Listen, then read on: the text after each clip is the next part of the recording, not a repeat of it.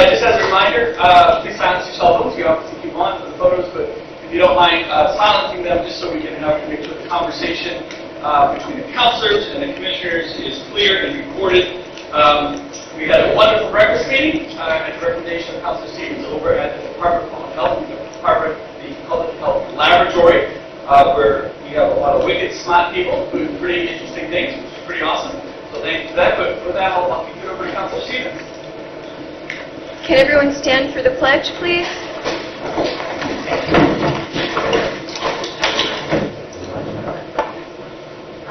Allegiance to the flag of the United States of America and to the republic for which it stands, one nation, under God, indivisible, with liberty and justice for all.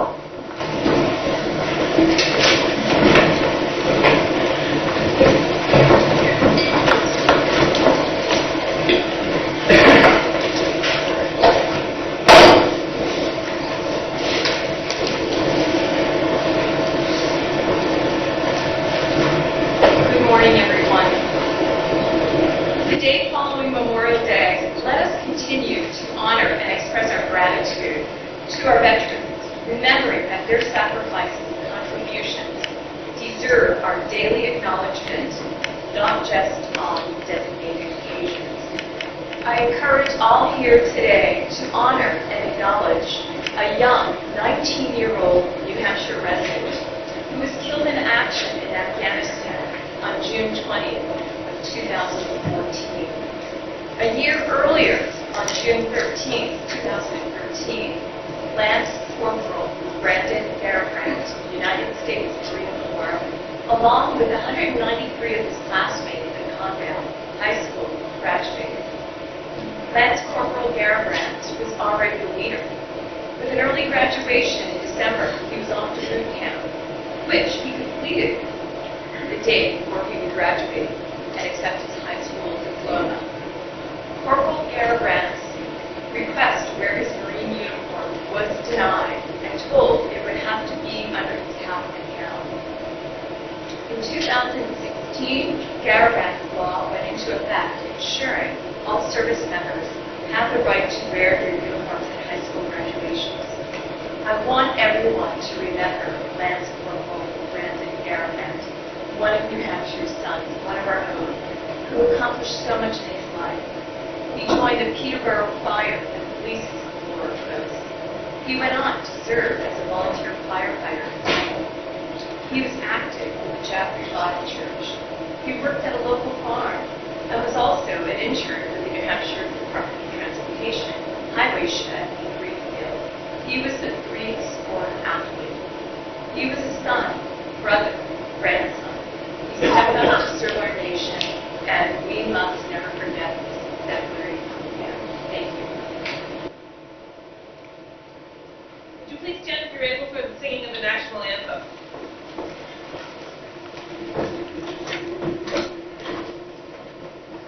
Oh, say, can you see by the dawn's early light what so proudly we hailed at the twilight's last gleaming, whose broad stripes and bright stars through the perilous fight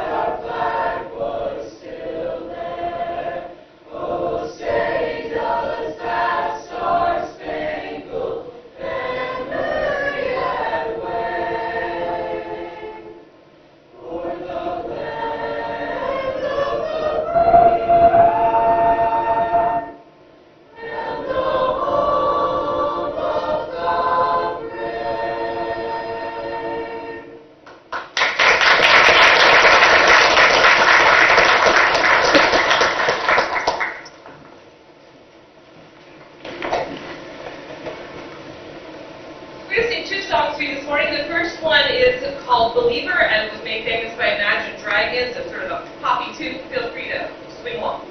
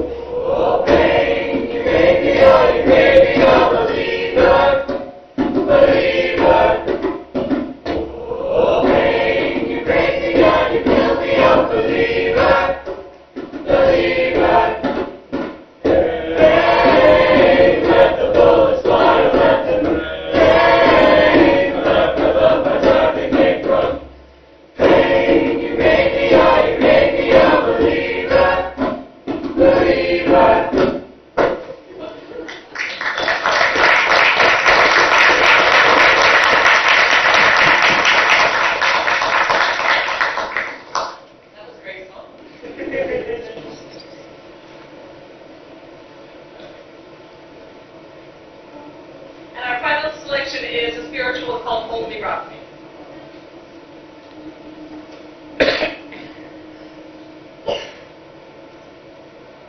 Hold me, rock me, calm and easy. Hold me, rock me, deep and wide. Hold me, rock me, in your arms, so I got a home on the other side. Hold me, rock me, calm and easy. Hold me, rock me, deep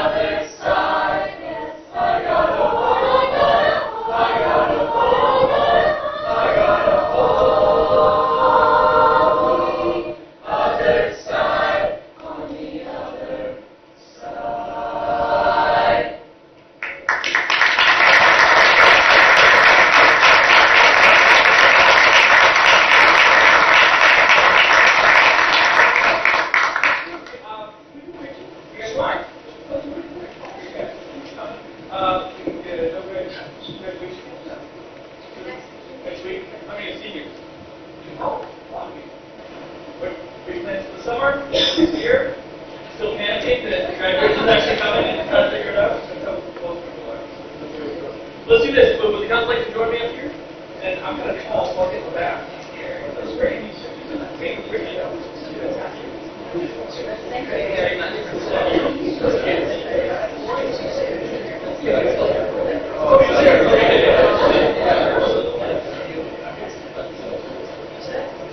Oh, no, sure, you did it, you guys did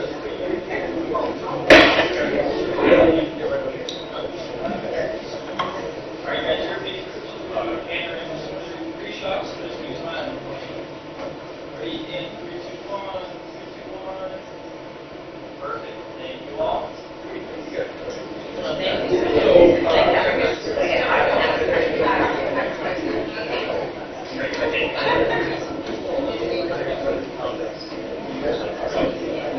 What would you, I guess, the best thing to do?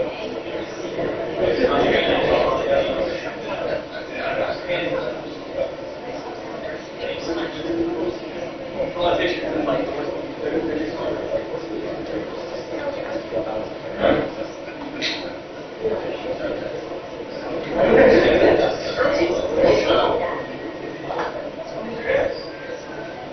yeah, of course. What was that? Thank you guys again for coming.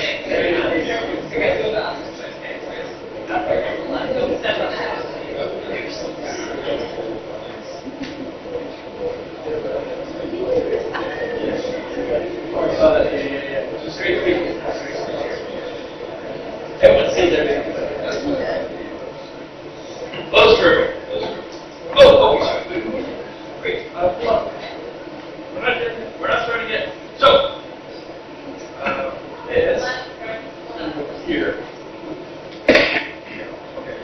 That's go.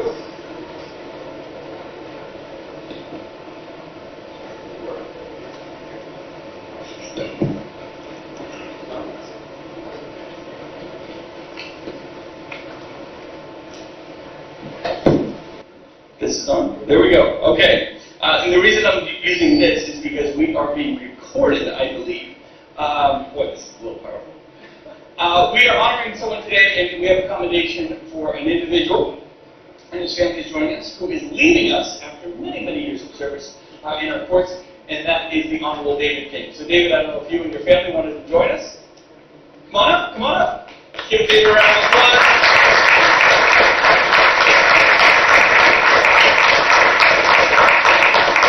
So, for those of you who know, Judge King has been serving.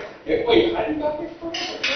Judge, I know. Judge King has been serving as the administrator of the circuit courts. As the administrator for how long now? You've been there almost 20 years, but. 13. You've been a judge for 34 years. Wow. You don't look a day over 35. Is that right? Judge appointed you. No kidding. Oh, that's great. Look, you've done exceptional work. I think it's fair to say, and I think everybody would agree, especially in the last, I'd say the last 10, 15, 20 years, the courts have come a long way. They really have, in terms of the technology, in terms of trying to get people through, in terms of not just nominating more judges. That's kind of the easy part. Running the place and kind of keeping everything on, all the pieces on time, not just in your court, but all across the state for all the different circuit courts. As we went through the merger of the circuit and at the time the district courts, right? Everything from the establishment of the drug court system, all the different pieces that go into that. And then I was reading this amazing list. You keep yourself quite busy out of the courts, which is pretty amazing. And again, just having an individual that has dedicated so much of his time and so much sacrifice of his time from his family, but also always has time for his community. That is exactly what New Hampshire is about. And we just wanted to take the opportunity to say thank you, if anything. Just an incredible job. Council Speaker, okay.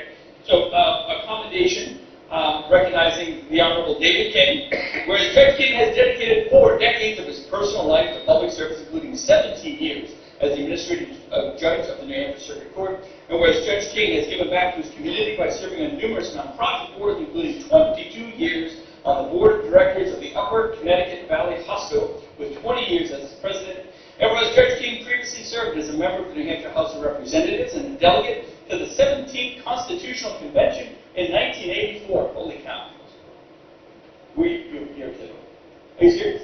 Oh, I was like, holy cow. He said he was 12, and I'm like, yeah, I believe it. I would believe it. You're quite the go-getter, as my dad would say. Whereas Judge King has earned a number of honors and awards throughout his career, earning Outstanding Hospital Trustee of the Year from the Hospital Association in 2000, the Vicki Bonnell Award for Community Service from the New Hampshire Bar Association in 2005, and Innovator of the Year from the National Council of Juvenile and Family Court Judges in 2021. And whereas Judge King was instrumental in forming a court division dedicated specifically to issues of family and juvenile justice, and in a remarkable demonstration of initiative and creativity, he led efforts to establish a central call center, electronic filing system, and additional online services amidst the challenges posed by the COVID-19 pandemic. And whereas, due to his expertise, dedication, and exemplary record of service, Judge King has been recognized throughout his career as someone who makes a positive impact in every role that he takes on. Now, therefore, I, Christopher T. Sununu, Governor of the State of New Hampshire, do hereby commend the Honorable David D. King for his tireless work as Administrative Judge of the New Hampshire Circuit Court, and offer the Granite State's sincerest gratitude for his service to all of our citizens. Thank you so much.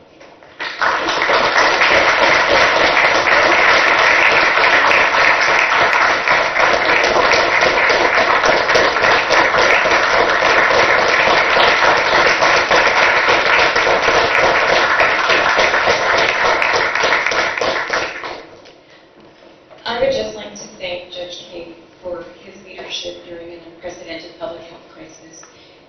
It was your priority to keep our courts open, and it has been acknowledged at a national level.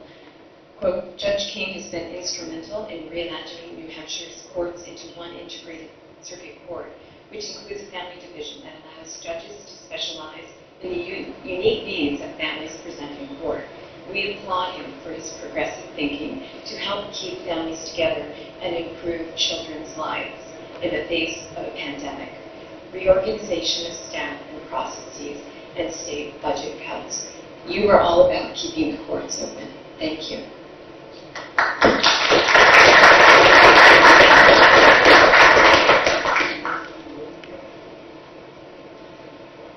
Thank you very much for this recognition. It's obviously a big honor. Just a kid from Colebrook that had a few lucky breaks, and Governor Gregg was kind enough to nominate me to the probate court at the time, and the council voted in favor. So, including our good friend Raymond Esbert from PATH, was very instrumental in helping me get to where I got. And so it's just been a real honor and a privilege to serve as a judge for almost 35 years in the state. Time to spend a little more time with my family and my new grandson. But I plan to stay on as a senior active judge and hopefully continue to contribute. So thank you very much, Governor. I really appreciate it. Council Stevens, thank you. Thank you.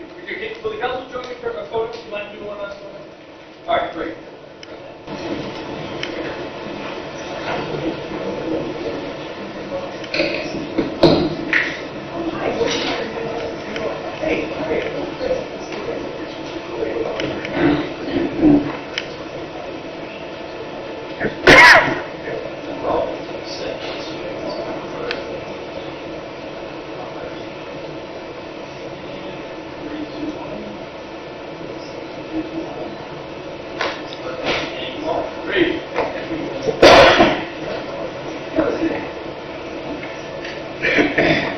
Oh my gosh. That's your dad. No kidding. Okay. Great. That's good.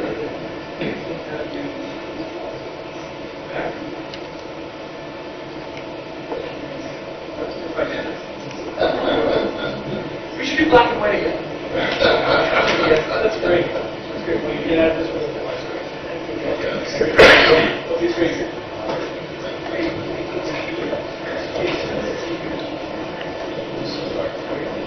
Oh, yeah.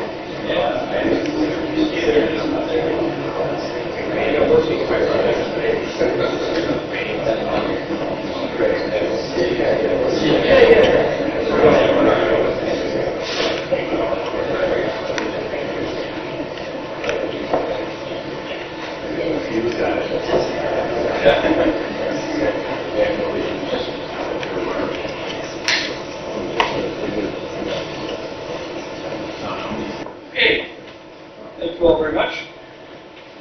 With that, we're going to officially call the meeting to order.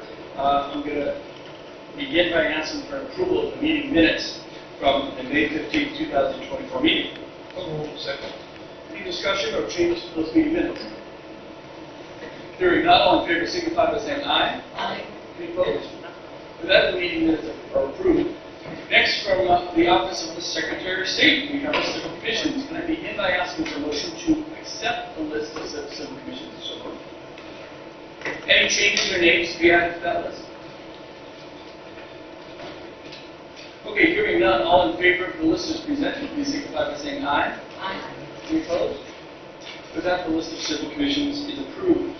Next up, we have a couple of resignations from the Community College System of New Hampshire Board of Trustees. Could I have a motion to accept the resignation of Chris Dodge from New Boston? Second. Any discussion? Hearing none, all in favor signify by saying aye. Aye. Any opposed? Chris's resignation is accepted. As the Director of the Division of Libraries, could I have a motion to accept the resignation of Michael York of Goffstown? Any discussion? Councilor Warrington. I just want to say what a pleasure it has been to work with Michael York. He is a champion for our libraries. Even in his resignation letter, he is advocating that we do more for libraries. Thank you, Michael, for your very many years of service to our state. Thank you very much. Councilor Stevens. And I would just like to commend him for the use of ARPA funds so brilliantly on a non-competitive and competitive basis. Well done.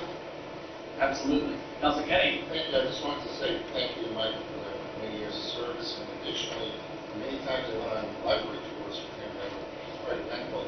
I understand this effective date is December 1st, 2004, so we have a few more tours to go on. A few more tours, a little more time, a little more time. Big shoes to fill, for sure. And I will just add my own thank you, Michael. Many years of service, through COVID especially, right? Libraries are critical in our communities, and you work with each of the individual librarians and all the communities and all the opportunities and all the technology, bringing it to bear. It was awesome, awesome. So thank you very much for all those years of service. So with that, all in favor of accepting Michael's resignation, please signify by saying aye. Aye. Any opposed? With that, Mr. York's resignation is accepted. Well, good morning. Good morning. We have some friends. We do. We have a group from the Burgess Academy in Salem and Mountain Shadows in Dublin. The Burgess and Salem. Councilor Stevens, some friends of yours. Oh, ours, second. Just coming in. Good morning, everyone. How's your day going so far? Good. What's your next stop? Downstairs to the visitor center. So, the big question, the dome, is it real gold or no? Yes. All right, you've studied. So, we're excited you're here, and you know who grew up in Salem? The governor. Do you want to go meet the governor? Go down. Okay.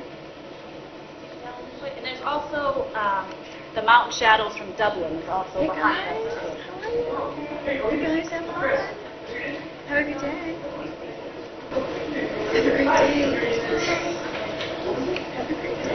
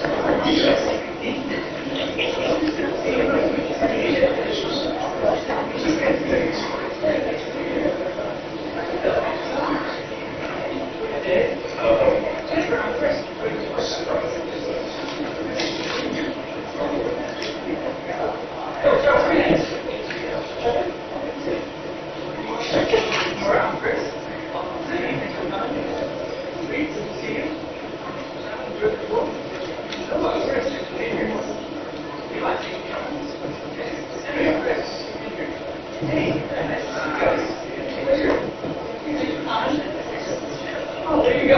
Thank you. See you.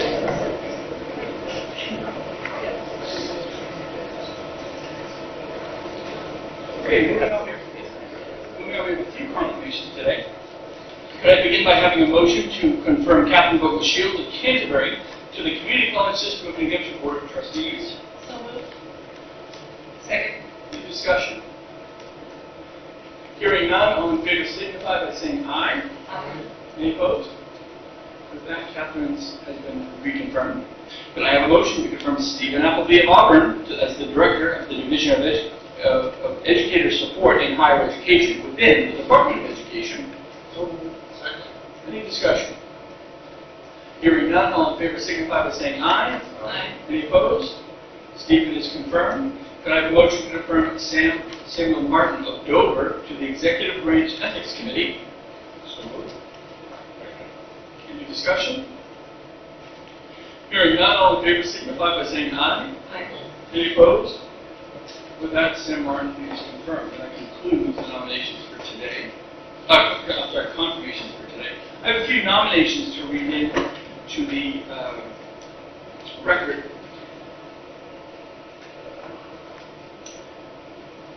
Okay, so as the New Hampshire Artist Laureate, I nominate Genevieve IHL of Portsmouth. To the Board of Nursing, I nominate Hugh Huyen Fowler of Hampstead. To the Community College System of New Hampshire Board of Trustees, I nominate Daniel Foytek of Effingham. To the Community Development Finance Authority, I nominate Carmen Lorenz of Belmont.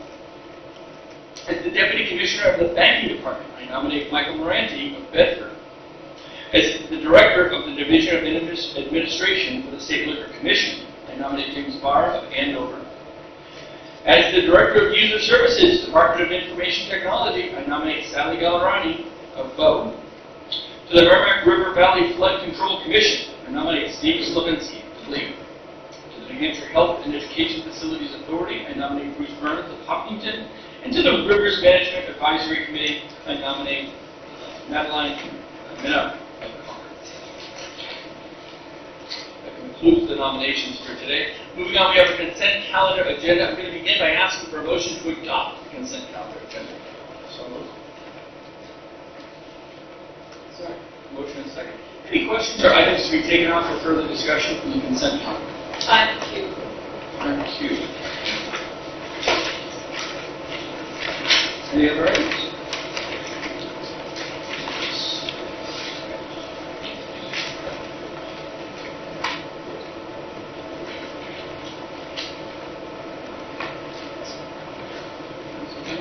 Sure. I have a question.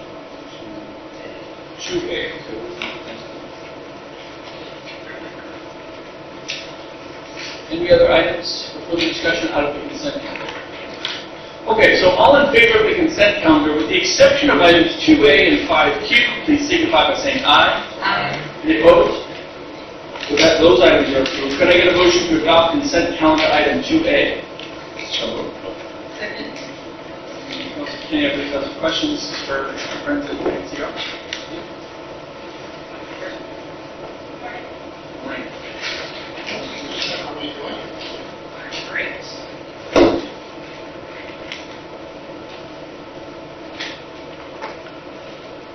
So I just had a couple of questions on this parcel land that was donation to the town of Hackworth, the city of New Hampshire, so donation to the Lynchburg City.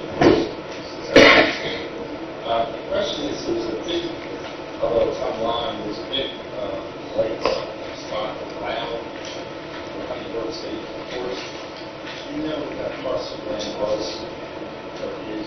No, I'm state forester, it's here. Okay, Director Mason, could you? Director Mason is our friend the state Is forester. the state forester in the hallway? Oh, Could you grab him? Thank you. He'll be better prepared. We usually don't get called up so early.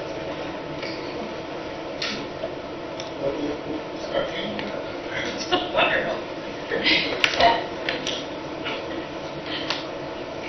So how was Memorial Day weekend? Busy everywhere. Yeah. Yep. Great weather. From the ocean to the mountaintops. Beautiful. I think we know the same one, not the sea. Or from the ocean to the mountain. Okay, all right. All right, this is Patrick Hackley, our state forester, and the counselor has a question about the land acquisition. Sure. So, if, the category is going out, so I have a question, was a big right water in all this property in Hackworth, but it wasn't described on the online map. Yeah, this is well, big map. But what was that property, just like, away from this property where the water? Right. So this is a property that was owned by the town. It's adjacent to our existing state reservation. Right. So the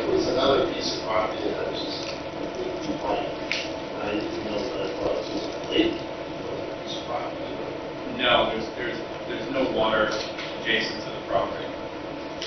You know who owns the land adjacent? Yeah. This map Okay, wait, here. like, you just maybe bring it over to Councilman. So, This is not a great map. That's a better map.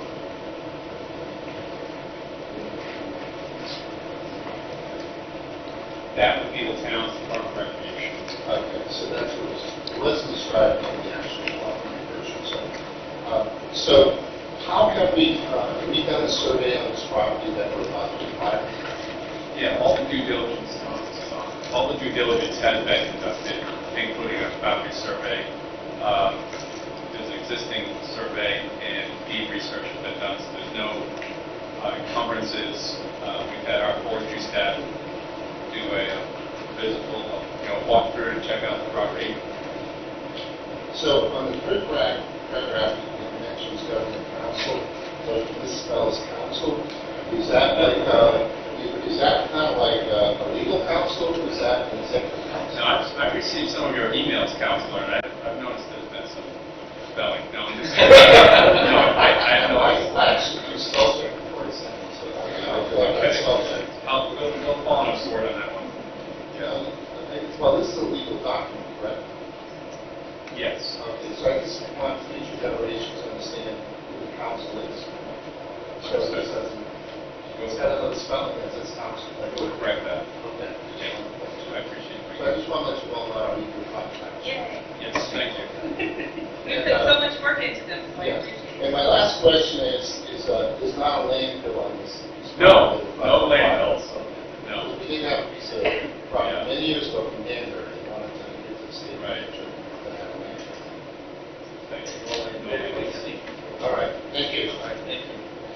Further questions on item 2, consent calendar, item 2A? Okay, all in favor of consent calendar item 2A, please signify by saying aye. Aye. Any opposed? With that, the item is approved. Can I get a motion to adopt consent calendar agenda item 5Q? Second. Discussions on 5Q for the Department of Education.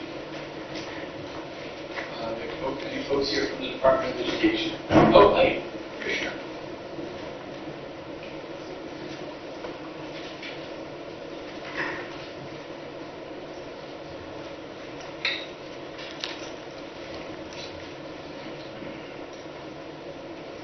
Morning, Commissioner of Education, when I remember discussing 5Q, consent calendar.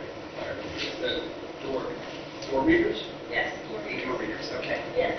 Commissioner, you first brought this item to us in May of 2023, and at that time, you described that you needed these floor readers to ensure the safety and security of employees and the confidential files at the Department of Education.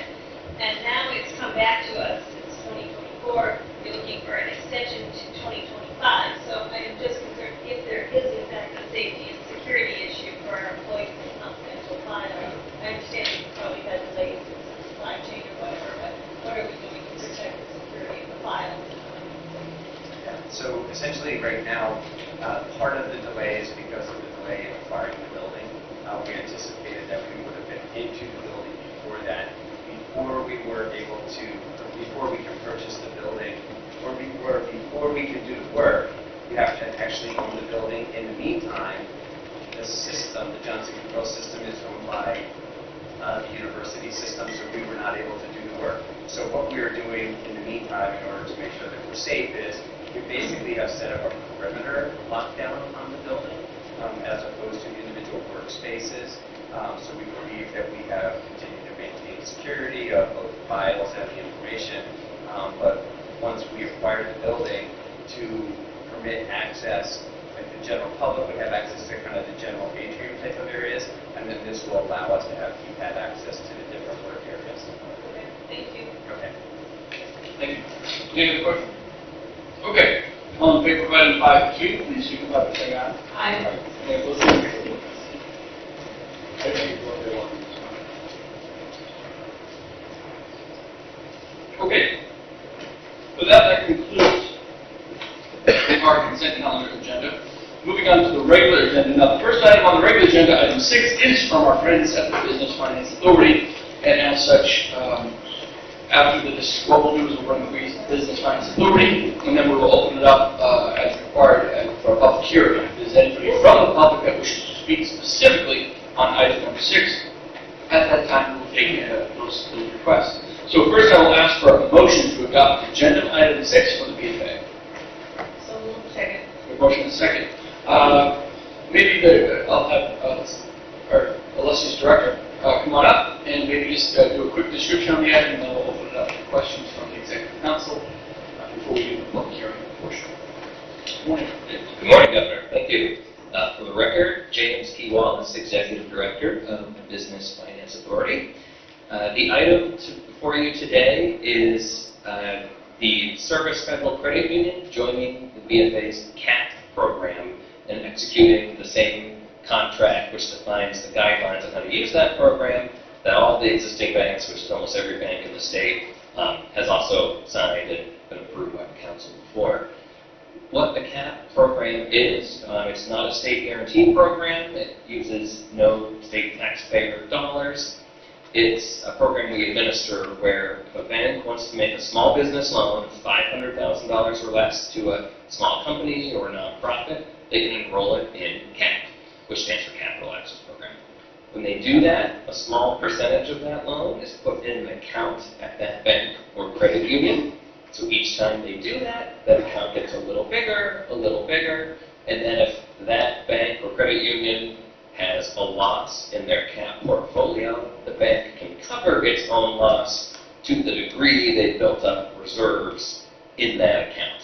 So that allows the lenders to extend credit to all sorts of folks that they know are good borrowers, but they just can't reach normally, and it does so in a way that doesn't encumber the BFA or the state's credit. We do about 100 loans a year through the CAP program. It's actually our busiest program. Almost 6,000 companies around the state have used it. And I'd be happy to take questions. Great. Any questions for the council? Today's capital access programs, what's the percentage overall? Thank you, Counselor. Yeah, I mean, there are small, the banks do use their accounts to cover losses when they happen. The loss rate, which we track on a kind of trailing 3-year cumulative average, is it's right around 1%. So it's super low. These are great loans that just don't fit the box, so to speak. You do see charge-off rates go up in recessionary times. I think in like 2008, it got as high as like 7-8%, which is still a 92, 93 repayment rate. Again, that's repaying banks' loans, and the losses they cover come from their own contributions to their reserve accounts. My last question, Service Credit Union is very much involved. Why is it taking them so long to access this program? That's a good question. So I think Service Credit Union over the past several years has really expanded their commercial lending presence. I think they were doing, especially up north, a lot of kind of real estate and equipment type financing, whereas the CAP tends to be smaller businesses, more Main Street businesses, a lot of working capital, loans, lines of credit, kind of your just community business that you see. So as they move more into that space, they need the tools to make the kind of loans they want to make. Further discussion? Okay, hearing no further discussion from the council, I'll now open this portion of to the public as part of the public meeting aspect of the BFA. Is there anybody from the public who wishes to come forward and speak on this item? Okay, seeing none, I'll now close the public hearing portion. And seeing no more questions from the executive councilors, we'll ask for a roll call vote. Yes. Yes. Yes. Yes. And with that, item 6 is approved. Thank you very Thank much. you, sir. We're now going to move on and ask for a motion to adopt agenda items 7 through 12 from the Department of Health and Human Services from the Office of the Commissioner. Any discussion? Items 7 through 12. Hearing none, all in favor signify by saying aye. Aye. Any opposed? Those items are approved. Could I get a motion to adopt agenda item 13 from the Department of Health and Human Services from the Division of Finance and Procurement? Second. Any discussion? Hearing none, all in favor signify by saying aye. Aye. Any opposed? Item 13 is approved. I have a motion to adopt agenda item 14 from the Department of Health and Human Services from the Division of Economic Stability. Second. Any discussion on item 14? Seeing none, all in favor signify by saying aye. Aye. Any opposed? That item is approved. And I have a motion to adopt agenda items 15 and 16 from the Department of Health and Human Services from the Division of Long-Term Support and Services. Any discussion? Hearing none, all in favor signify by saying aye. Aye. Any opposed? Items 15 and 16 are approved. Item 17 has been removed by the agency, so we will be taking that up. I'll move on and ask for a motion to adopt agenda items 18 and 19 from the Department of Health and Human Services from Hampstead Hospital and Residential Treatment Facility. Any discussion?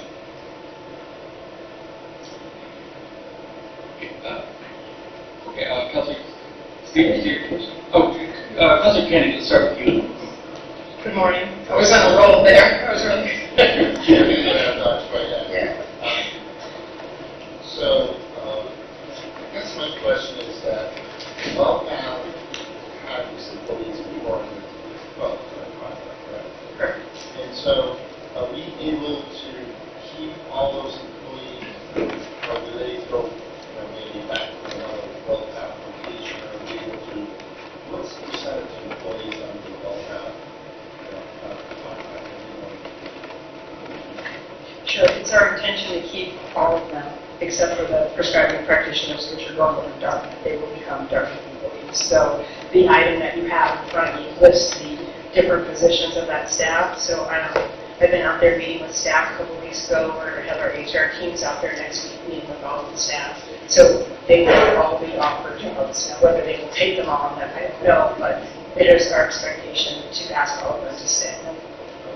So we don't know if they're going to accept an offer, but we expect them to move forward to stay. Yes. Okay, great, thank you. Further discussion? Councilor Stevens? Commissioner, the average census has averaged 37 inpatient services. In our initial contract with WellPath, we stipulated phase 1, they would provide acute services for 55 beds.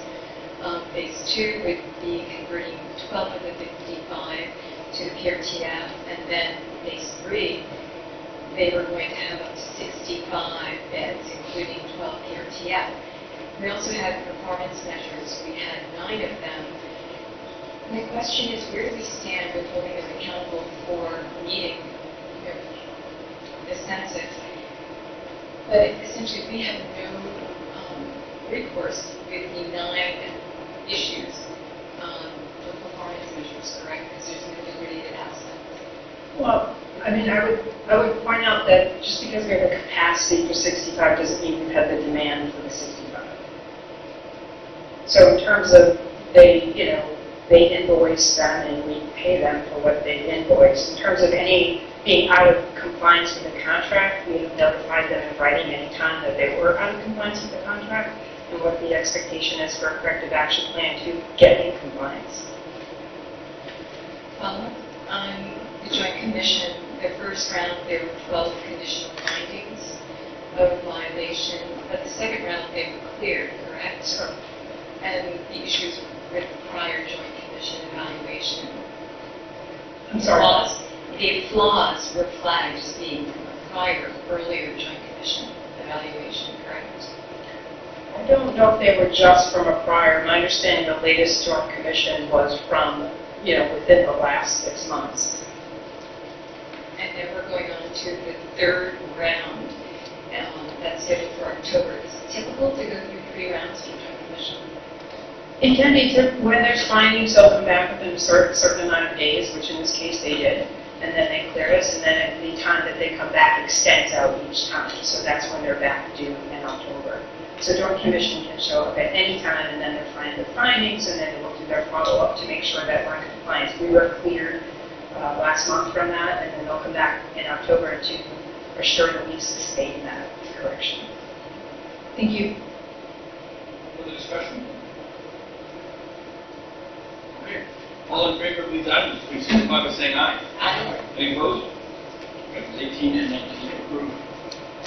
Could I have a motion to adopt agenda item 20 from the Department of Health and Human Services from the Division of Children, Youth, and Families? Second. Any discussion? Hearing none, all in favor signify by saying aye. Aye. Any opposed? And 20 is approved. Could I have a motion to adopt agenda items 21 through 28 from the Department of Health and Human Services from the Division of Public Health Services? So moved. First, we have a motion and a second. Any discussion on 21 through 28? Council Ken? So, question on agenda 20. This is really Hunger Solutions and a contract of $330,000. My understanding of Hunger Solutions is that they don't grow food, they don't distribute food, and somehow there's an advocacy group. And so it's just a contract, and obviously we have bidders on this contract, but what precipitated RFP and why we did this approach is the Interview Bank, DHHS, are they not providing enough information to the public on this particular program that will staff pretty useful. Sure, I'm going to let Ian Watt, our Public Health Director, answer. Ian Watt, I'm the Interim Director of Public Health Services, so thank you for the question. So the American Hunger Solutions is actually responsible for the development of our state action plan to reduce hunger.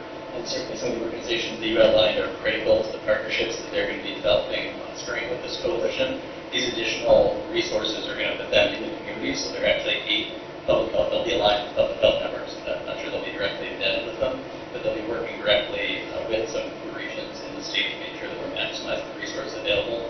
So hosting community events, making sure that people in food security space and some of those action groups are working together, making sure that families are aware of resources and benefits that are available to them through WIC and SNAP. So it's really a force multiplier of existing resources and making sure that there is a centralized expert that can speak to these things and also coordinate these. So if I look at $338,000, that's significant amount of money. They're already doing this mission because their staff is large and staff, so they have quite some advocacy issues already. So they're going to be working with these additional coalitions that are public, health networks. But in the contract, it doesn't really break down. Are they hiring more people in the organization? What is the actual value that you're getting for this money when you push it out? Because you're already working with most coalitions, so I'm just trying to figure out, are we just supporting their operational budget, or are we actually getting some value added to this contract? So the contract term is 3 years, so that contract money quoted is going to be over 3 years, so it's a little over 100,000 change that will be operating. So they do have funding for staff position. So they may be doing that, they may be conducting training activities that require resources. Community events also requires resources. Stage the events and potentially have people on hand to support. So you're saying this is a 3-year contract with the opportunity to renew for another additional 2 years? That's correct. So it'll go through June 30th, 2027 with the option to renew for additional time. So when I look at the actual sheet here, it says it should have $69,000 for the first fiscal year 2024, and $69,000 for fiscal year 2025. How is that 3 years? So I think, so the intent is to spend money down the current budget that you just described. As is often the case, we do have funds that roll over contingent on the budget and projects executed. As this is a standard phase for some of these activities, we anticipate to stand them up as quickly as possible, but they may be available through the full contract term. So this is a 3-year contract that's funded for 2 years. Okay. Thank you. Further discussion? Councilor Wong? Since we're talking about food insecurity, I just wonder if we could have an update on this Hunger EBT program? You want to do that? Sure. We're proceeding as if with all the application process, so it's all contingent upon funding, which should be voted on tomorrow. That's why the legislators have to appropriate the funding. Correct. How much is that 1 million. And how many children will we send? 30,000. How much federal money are we going to be on the table and appropriate that funding? 4.2 million. Further discussion? Okay. All in favor of items 21 through 28, please signify by saying aye. Aye. Any opposed? No on item 24. The items are approved. Item 29 is not being used. I'm now going to ask for motion to go to agenda items 30 through 34 from the Department of Health and Human Services from the Division of Behavioral Health. Second. Any discussion? Councilor Foreman. Yes, Commissioner, on item 30, I see that we are reporting substantial losses, $14 million by all 10 of our mental health centers. We know the demand for mental health services has increased almost exploded during COVID and this post-COVID period. I wonder if you can talk about the sustainability of our mental health system.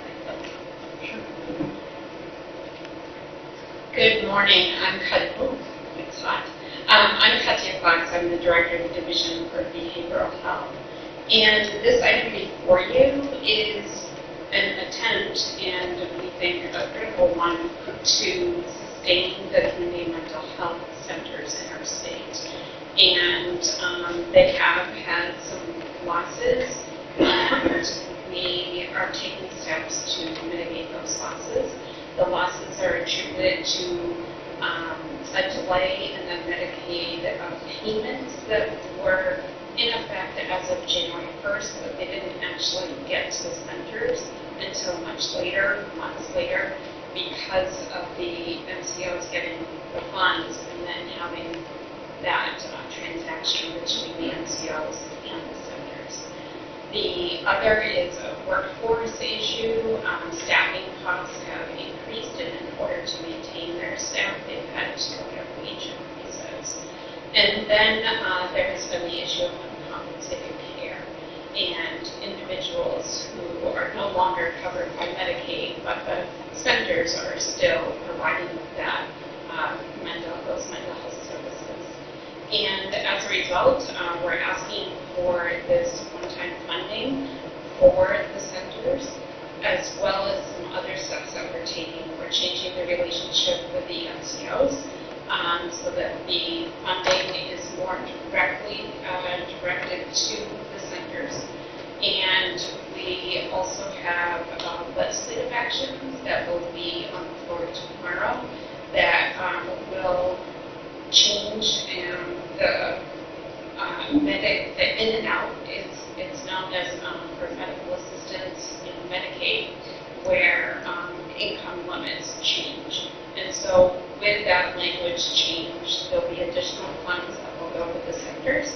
And we think all of these, in addition to an ongoing effort working with our centers on how we can address their financial situation.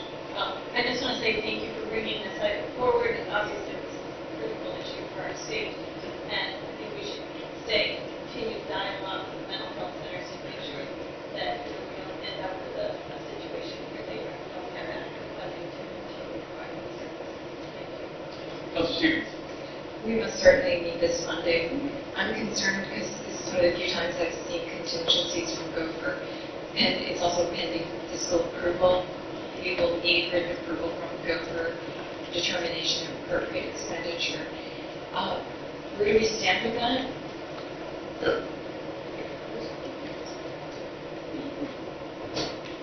So, yes. So the fiscal committee has approved it, and there is that contingency language that I heard them explain at the fiscal committee meeting, that they put that in many of their letters.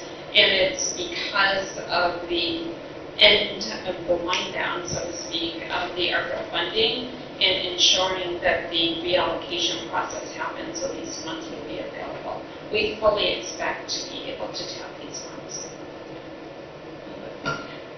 We know there's been high demand on our community mental health centers, a higher level of uncompensated care, but there's also been a delay of rate increases to our by MCOs as long as 5 months.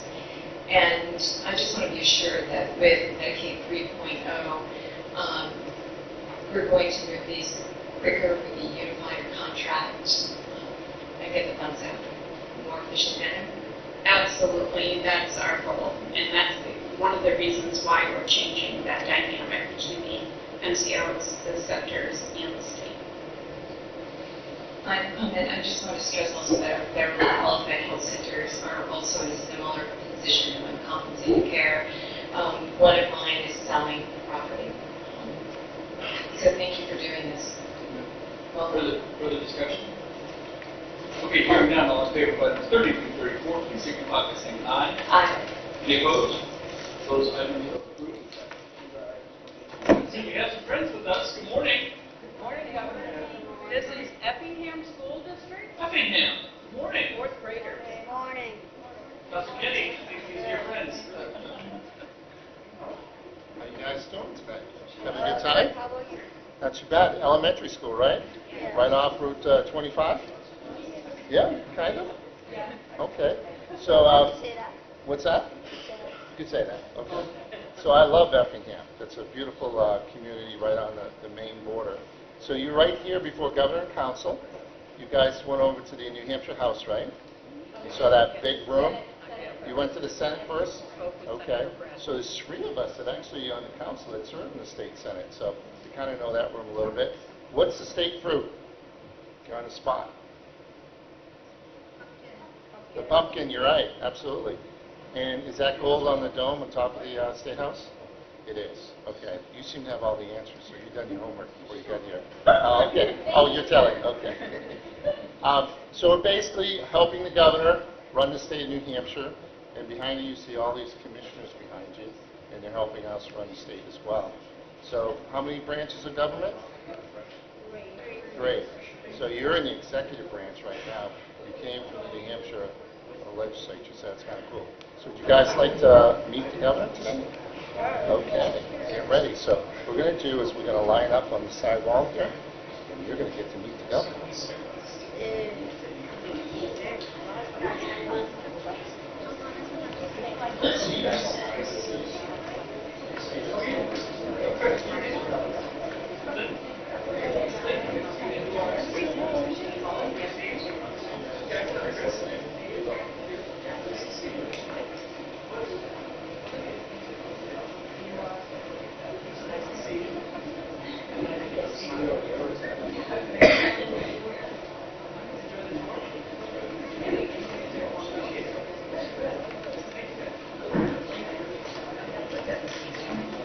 Okay.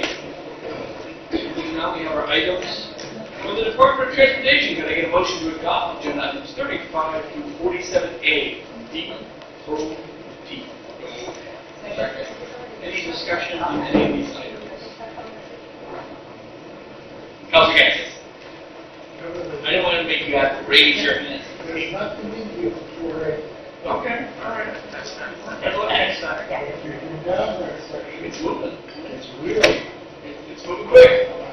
another department, the moving of this fast up there.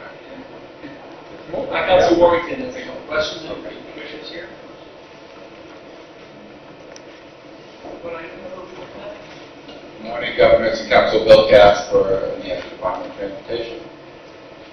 Oh, I'm sorry. I think I answered my own question. The number 47A is one of the 3 contracts that you're going to provide.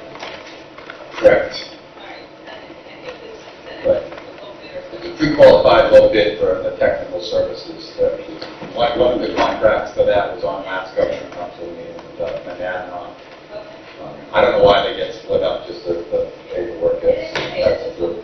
It's actually a little bit bigger, but it's a big contract. Yeah. Thank you. You're welcome.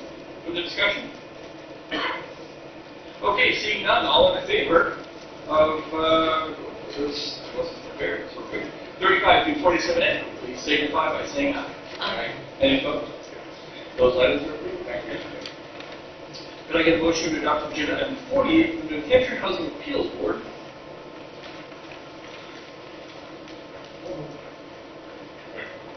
Any discussion? Item 48. Seeing none, all in favor signify by saying aye. Aye. Any opposed? So that 48 is approved. Could I have a motion to adopt agenda item 49, Department of Military Affairs and Veteran Services? So moved. Any discussion? Hearing none, all in favor signify by saying aye. Aye. Any opposed? That item is approved. Could I get a motion to adopt agenda item 50 through 51B for the Department of Agriculture, Markets and Food? So moved. Any discussion? Council Warrington? I think the commission's here.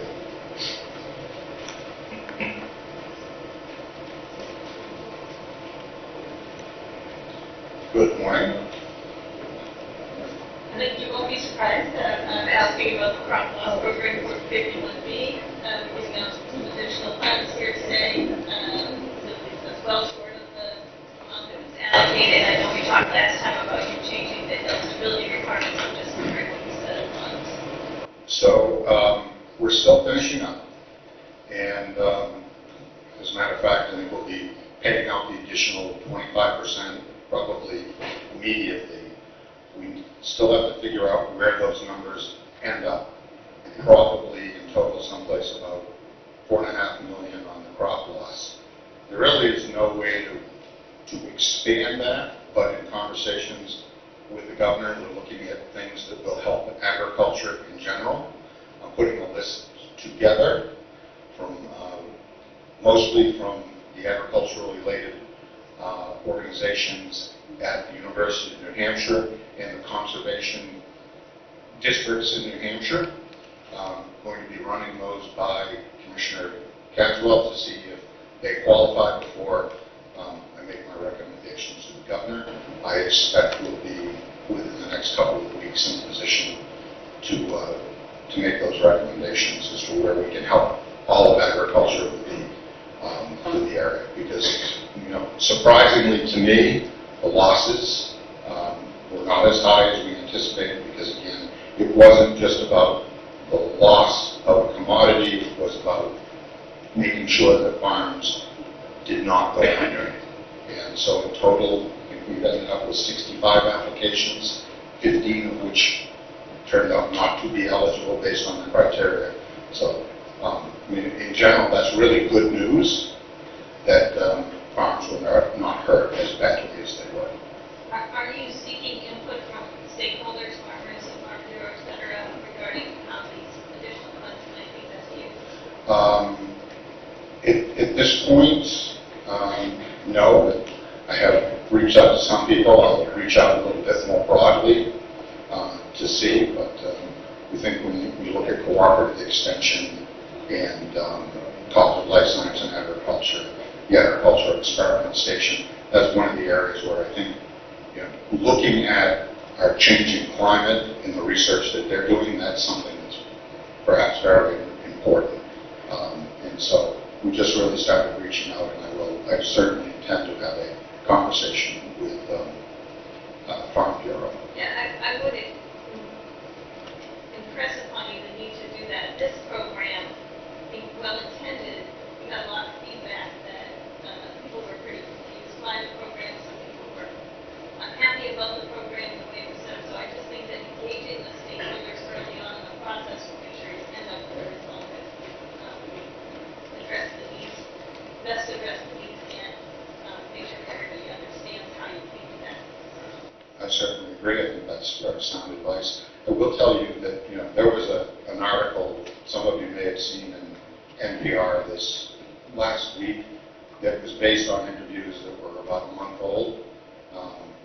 Two of those farmers who were heavily criticizing things in that process, they have received money.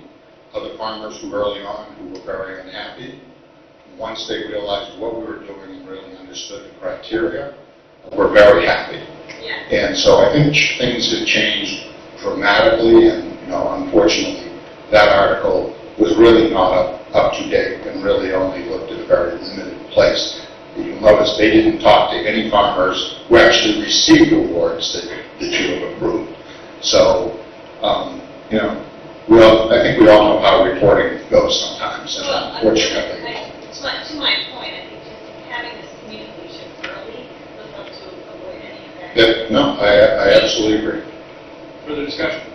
Councilor Stevens. We had a lot of conversations with the owners of Apple Crest in the early stages, one of our largest recipients. This is a lifeline for them. So thank you for doing this. Again, the largest loss was at Apple Crest in our district. Councilor Kenny, you have a question? I was a question, maybe we talk a little bit about this, but I just want to be clear that Joshua Marshall retained assistant from the last meeting. Does that position come with a second salary, or is it because he former state employee that took on this position that we're giving him step 2 acres? Thank you for the question. So this is a case of, it's impossible to know what you don't know. And so I've only hired my tenure as commissioner 2 unclassified positions. They both came here, but they were both at step 1. So there was no issue. I had assumed, and nobody said anything differently, that when somebody was hired, that they would work with HR to determine the appropriate step for it to go on. When we went there and asked for step 2, they said, no, you have to come back to governor and council. I said, gee, we should have known that 2 weeks ago.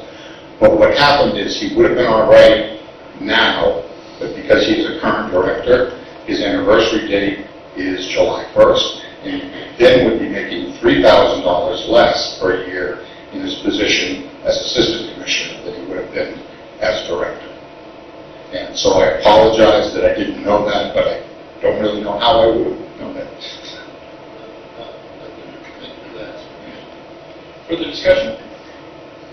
Okay, hearing no further discussion, all in favor of 50 through 51B, please signify by saying aye. Aye.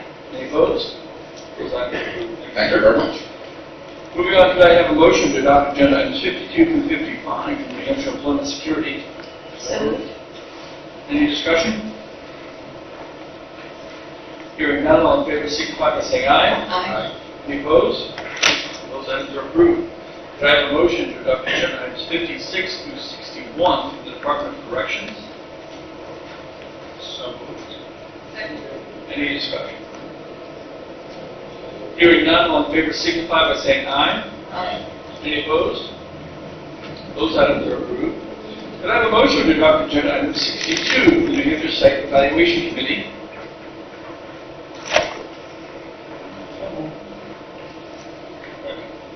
Any discussion on 62? Councilor Kenny? Do we have anyone from the PUC or the Site Evaluation? Oh, great. All right.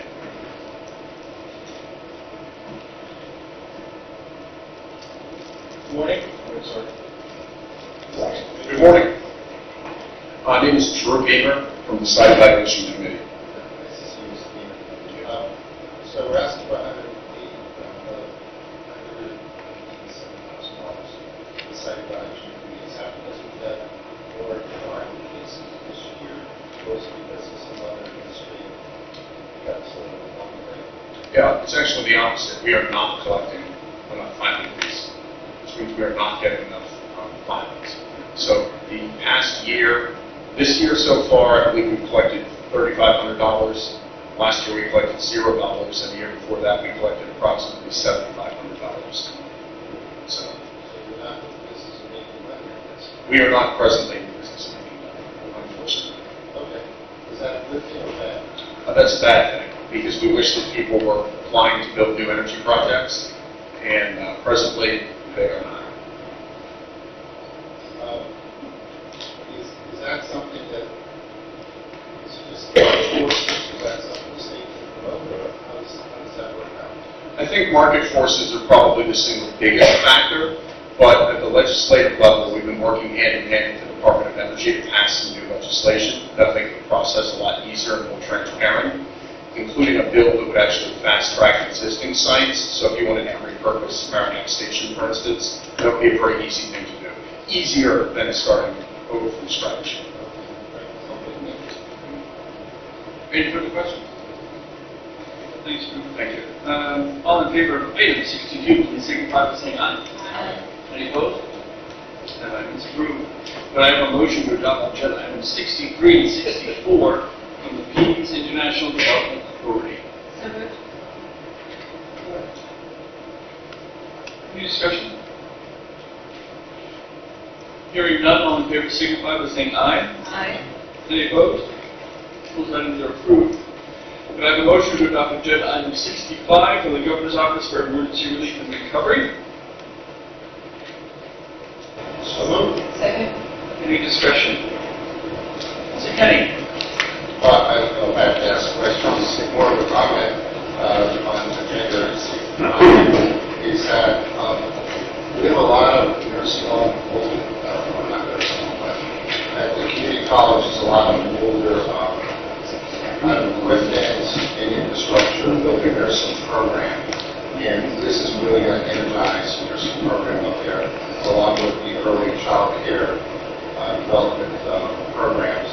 And as you know, or if you don't remember, a few weeks ago, we have a community development block grant of $500,000 that a private contributor give a matching sum, and these additional monies will help build a child care center there at the community college, which will dovetail into this early childhood development program. So it's going to be a good thing for Northern New Hampshire, and I appreciate Commissioner Pasco bringing it forward. Further discussion? Okay, all in favor of item 65, please signify by saying aye. Aye. Any opposed? That item 65 is approved. I'll now ask for a motion to adopt agenda items 66 and 67 from the Department of Business and Economic Affairs. So moved. Thank you. Any questions on 66 or 67?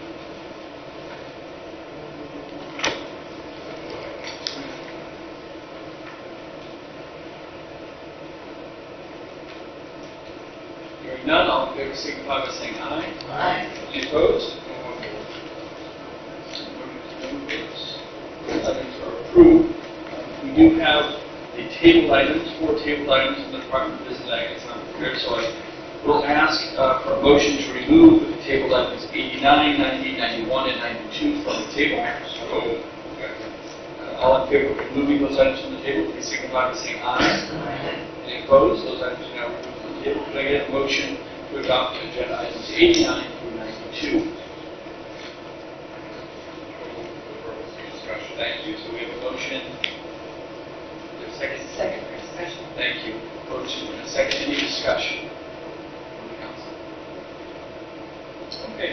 Hearing none. All in favor of items 89, 90, 91, and 92, please signify by saying aye. All opposed? No. With that, there they go. Those items are not approved.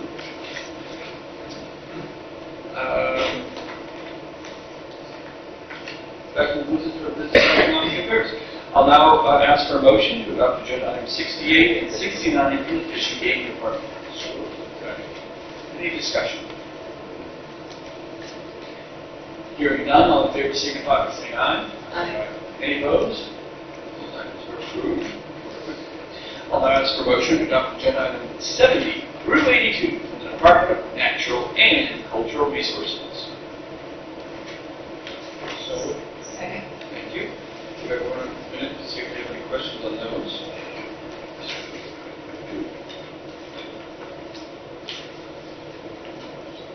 Councilor Warner.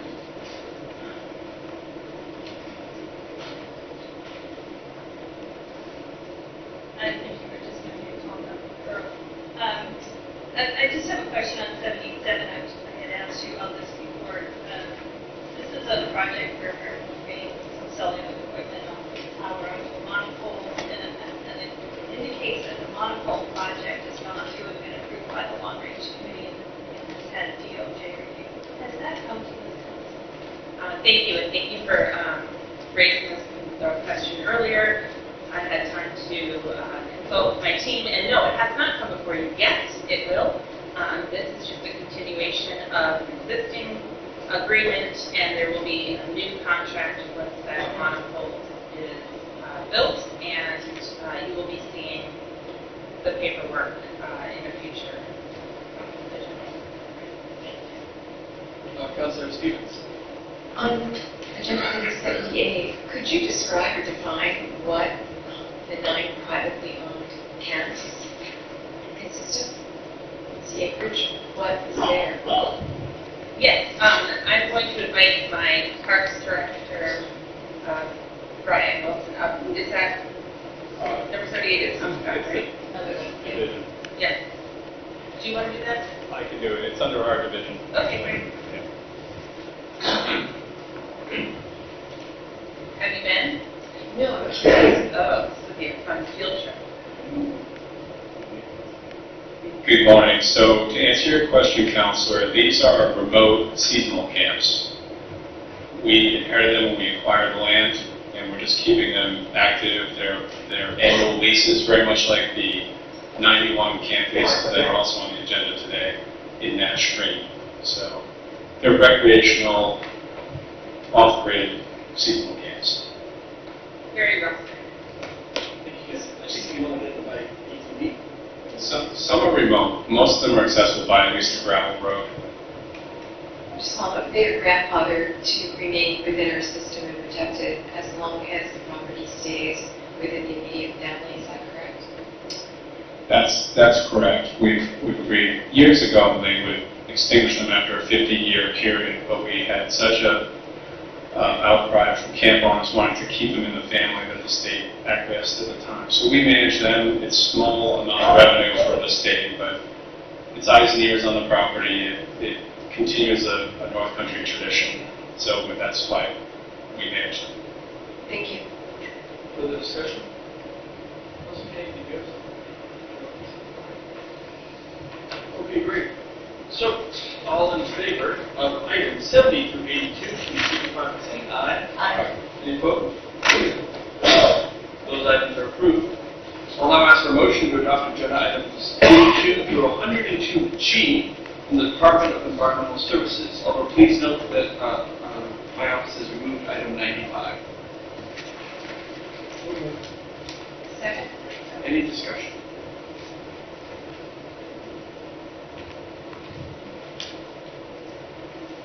Councilor Kennedy.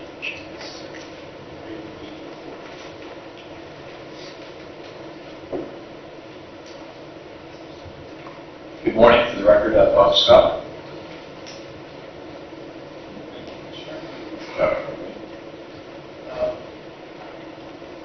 Question on the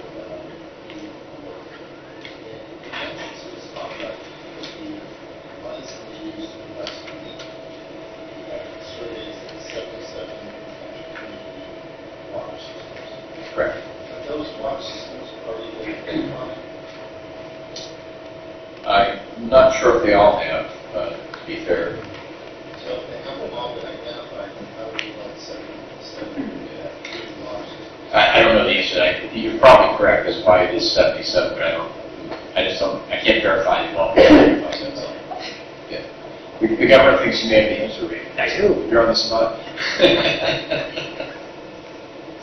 Thanks. Morning, Governor. Councilor, for the record, my name is Alexander Yes. Yeah, we definitely requested proposals for keep those of the community water systems. 77 responded. They've all been notified that with the money they will be. So we know this. So we don't have to advertise this program, it's already done. We went out and asked people to submit if they're interested. We got 77 to submit. That's why I agree. Further discussion on any of these items?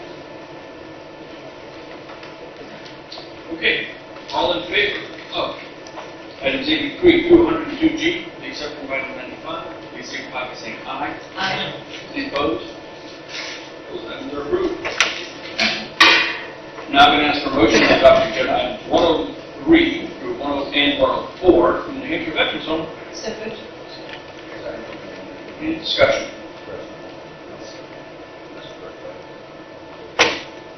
Coming down, how's Memorial Day weekend? It was wonderful. We had a great celebration. That's great.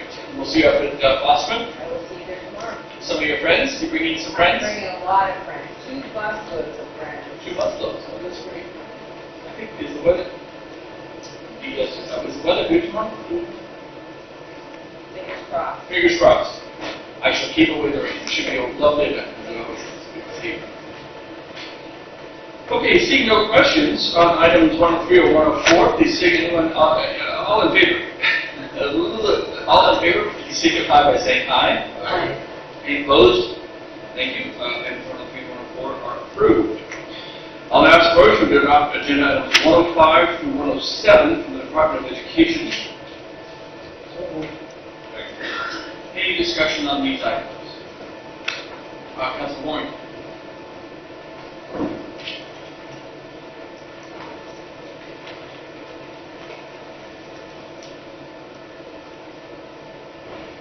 Good morning. For the record, Frank Campbell, Commissioner of Education.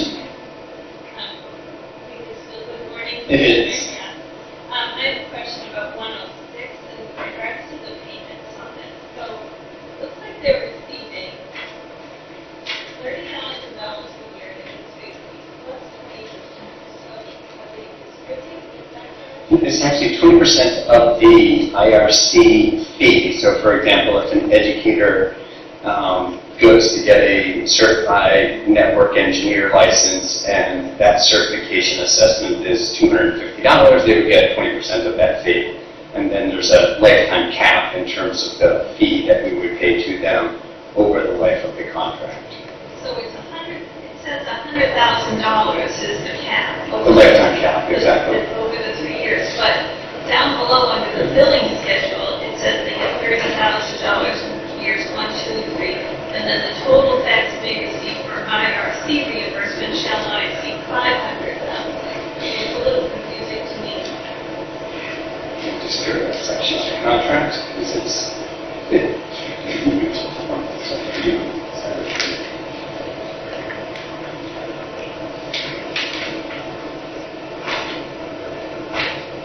So it actually says, so the billing schedule indicates 100,000. So I'm not sure. So billing schedule upon receipt of the invoice, within 30 days, provoke governor or council 100,000 accounted to the fax. Is that the part you were referencing? Keep going. Okay. After those, once tax has paid stipends, reimbursed for costs. IRC costs or earned fees. Invoice Department of Education for additional fees. And then it says the total tax may receive for IRC reimbursement shall not exceed $500,000. Yeah, so this is the amount, so in statute, the amount that they gave me for industry recognized credentials is $500,000. So by law, I'm capped at how many IRCs I can pay for. And so what happens is, the way that it works is I send them the money, and then they pay it to the educator who's taking the assessment. So the total IRC reimbursement can't exceed $500,000. And is that over the course of 3 years? It is. So how do we get to 2.9 million? Because then I have another program in there too. There's two parts to the program as well. You have, in addition to that, you're referring to basically the Computer Science Professional Development Program. And then there's the other, the Computer Science Educator Credential Program, which in the law they have apportioned a separate amount, the $2.9 million associated with basically enticing additional industry individuals to come into the profession. And so that would result in, those are additional fees that would be paid to them, and they would really, they're just a pass-through entity. And so we would advance it to them up to $10,000 per individual who qualifies, and they would pass that on to the individual and do the processing for us. So it's confusing because there's two programs that are conflated in the one law. Thank you. So just tell me, how much total can they get out of this out of the total amount paid? Yeah, so they would be able to earn the $30,000 per year, assuming that it goes for 3 years, and up to $100,000 for the fees associated with the IRCs. And then nothing, No, everything else is pass-through funding for us. everything else? Yeah. It's a little bit complicated, sorry. Thank you. Council Wheeler? I don't know if I think that Michael did. Sure. So migrant is defined in the federal law. It basically does, and I don't have a specific definition, I can get that for you, but under federal statute, we receive a migrant grant from the federal government, and they define who qualifies and who is eligible as a migrant, and so this contract is for an organization to help us identify those individuals. 100%. Sure. discussion? Okay, all in favor of items 105 through 107, please signify by saying aye. Aye. Any opposed? Those items are approved. There is an item on the table from the Department of Education. Is there any interest in removing that item from the table? Bill? If you have any questions on that, I would just maybe offline give the commissioner a ring. Thank you, sir. We'll leave that one on the table. Well, good morning, Ms. Drew. Good morning. Now, these don't look like fourth graders. They are not. If you Good morning, Ms. Drew. through World Affairs Council and the International Visitor Program, we have guests from Malaysia who actually serve in their national legislature. Oh, wonderful. Well, welcome, welcome. We don't have anyone from the council representing Malaysia just yet. Great to see you here. Big help. Thank you. Oh, it's good. How are you? Chris? Hey. Hey, thank you for coming over. Good to see you. Pleasure. Nice to see you. Good morning. Nice to see you. Good morning. Good morning. Good morning. And where do you go next? So we're going to go and see the legislature, but we wanted to come and see. I was explaining to them about how you have to present to the council, and you can see. They've already been impressed that we don't have a lot of staff. Keep it thin and nimble and move that forward. Bureaucracy is not our friend. No offense to the bureaucrats in the audience, but we can try to please one. And with all, I appreciate that you're visiting the legislature. That's wonderful. But really, that is where are you going after New Hampshire? You just want to get like out, right? Like, are you visiting other parts of the United States? Washington. What's the highlight? You can ask them how bureaucracy works at Washington. The Washington's fine. We like to tease them. Everyone tries to be like me. We're the only state that has a process like this. These 5 or 6 councilors open a public meeting discussing all the contracts and all the nominations and voting on everyone. And all the commissioners here have the Attorney General. We have the behavior. Commissioners. So it's just very open and public. Okay? Well, welcome. Thank you guys for joining. Thank you. The best tour guide.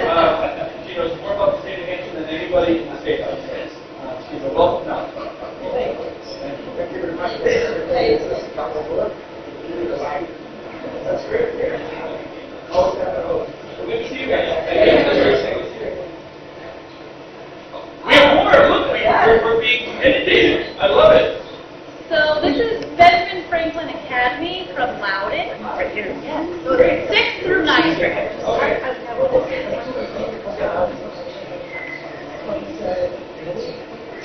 How's your gas system? Your friends. Good morning, everybody. You enjoyed your tour here at the State House? Yes. Does anybody know some of the statues that are outside? Did you go through that? No, I don't think so. I think we kind of just took them right in. Anybody know any of the statues outside? I'm sorry? There you go. That's a good one. Anybody else? Daniel Webster. Sounds like she's not them all. Well, good job. Enjoy your stay and enjoy the State House. Thank you. The governor's up here. Don't leave the government.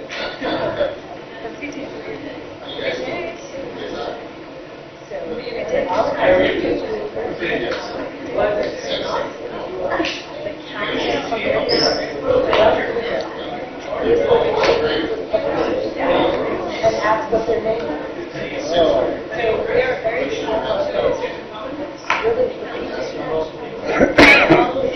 this is the 5th group. It's 5 school groups.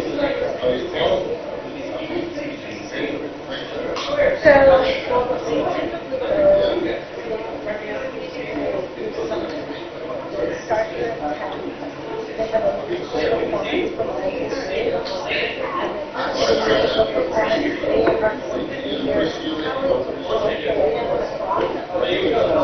then at 1 o'clock, the council will have voting on judicial.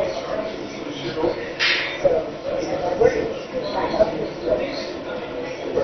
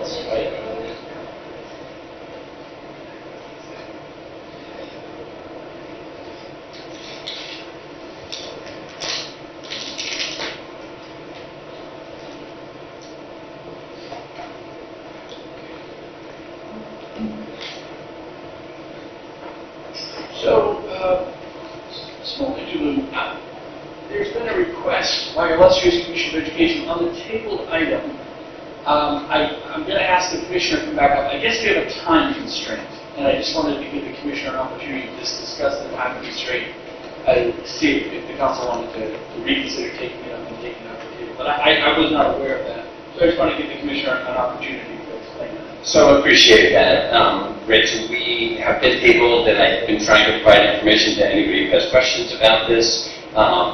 This contract is, once we get it done, we're supposed to roll it out to the schools, and we're burning daylight in the sense of the schools are going to be finishing and moving on. We have already scheduled, obviously no commitment to the state, but informational sessions for the schools to be able to learn about the program, to get it going. If we wait into the summer, it's going to be very difficult to get this deployed, and probably wouldn't happen. So, given that, I just wanted the Council to, if there's any reconsideration, taking it off the table or any questions to be answered. Or if there are objections, I mean, I'm happy to try and answer questions that people may have.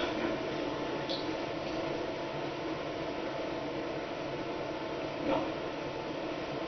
So, let me ask you this, if it stays on the table, they could technically still do it, but it just might not get completely fulfilled. We're just running out of time to get it into the system. Correct, we're running out of time to get it deployed to the schools. And so then it won't happen, and likely we'll just send the funds back. Okay. Okay. But we're missing a great opportunity for students in New Hampshire. Yeah. Okay. Any reconsideration? Ask questions. You'd have to take it off the table technically to ask questions. You can always put it back on the table, I suppose. It's really, it's your prerogative.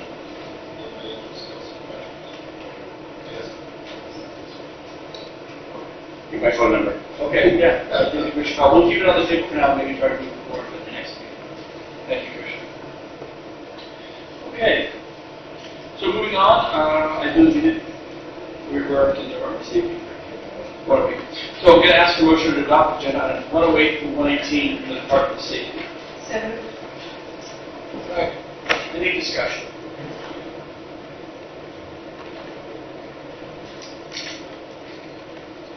Hearing none, all in favor signify by saying aye. Aye. Any opposed? With that, the items from the Department of Safety are approved. Can I have a motion to adopt agenda items 119 through 124 from the Department of Justice? Any discussion?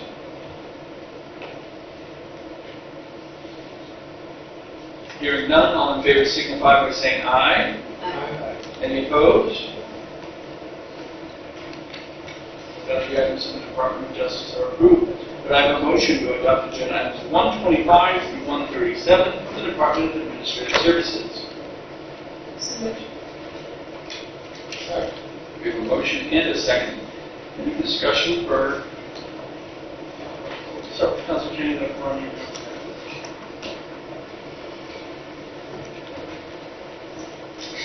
Hi, Charlie Arlington, Commissioner of Administrative Services. Good morning. Okay. Okay. Oh, I was trying to be quiet. Don't worry, it's gonna come up. So this has to do with agenda 129. This is a lease agreement, I believe, with the county courthouse. Yes. You know, Council Lawrence and I were out there at the meeting with everybody, talking about, possible stuff there. But I see, did the county commissioners ask for 1 year lease, or did we say? I think it's a mutual agreement, but I think they made the request. When we were up there, the three of us, at that time, I think the request for renewal had already happened, and we were in the process of executing it. This is the execution thereof. So 1 year is, particularly don't we ask for a longer lease? Well, the leases are longer. They typically have an extension factor, and here, because they're in the process of building, and there's some uncertainty about that, first of all, we would clearly do the additional year, which we're allowed to do. There's never really a question about that.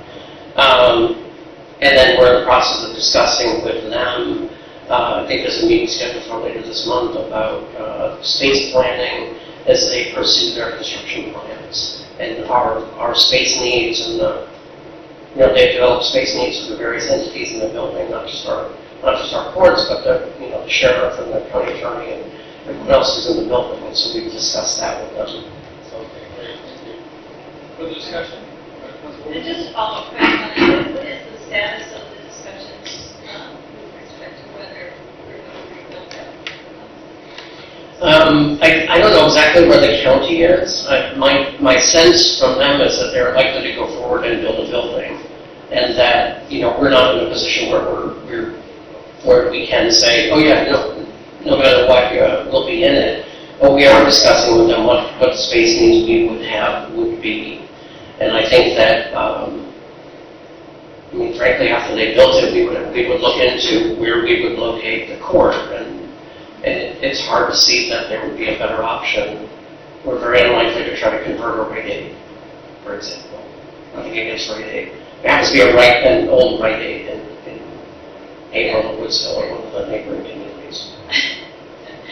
I'm just wondering, what the county was looking for as they go about planning this new building is the courthouse going to be in that building? I'm not sure they build a courthouse for children, right? And they were looking at this, why we were all up there, and Chief Justice came to look, and I'm just wondering, has the courts expressed an interest now in being in the new building? The courts have not committed, but I think that I wouldn't be surprised if that resolves itself in the next 3 to 6 months. Thank you. Thank you. This council approved a lease on the Laconia farm. What has transpired with that lease? The lease for the E911 building. The lease for the E911 building takes place upon the sale and transfer of the property, and so it doesn't exist. We own the property, E911 is still in the building. We didn't. The lease was contingent upon the sale of the property. Because the contingent action didn't occur, the lease doesn't take effect. But it will. When it happens, it will. So the value of the lease. There is, although we'll have to renegotiate the lease with the new buyer. The terms will be roughly the same, except a longer, shorter duration, because we're building. What's happening with the property? What's happening with the property? It is for sale. We're on the verge of issuing a call for offers. Expectation will call for offers with a deadline sometime in July. And I expect to receive offers and to pick one and come to council with one. We weren't very optimistic. I think we have probably more interest than we did 2 years ago. Further discussion? Okay. All in favor of these items from GAS, please signify by saying aye. Aye. Any opposed? Okay. Sure. So all with that, the items are approved. Sorry, David, Councilman Wheeler.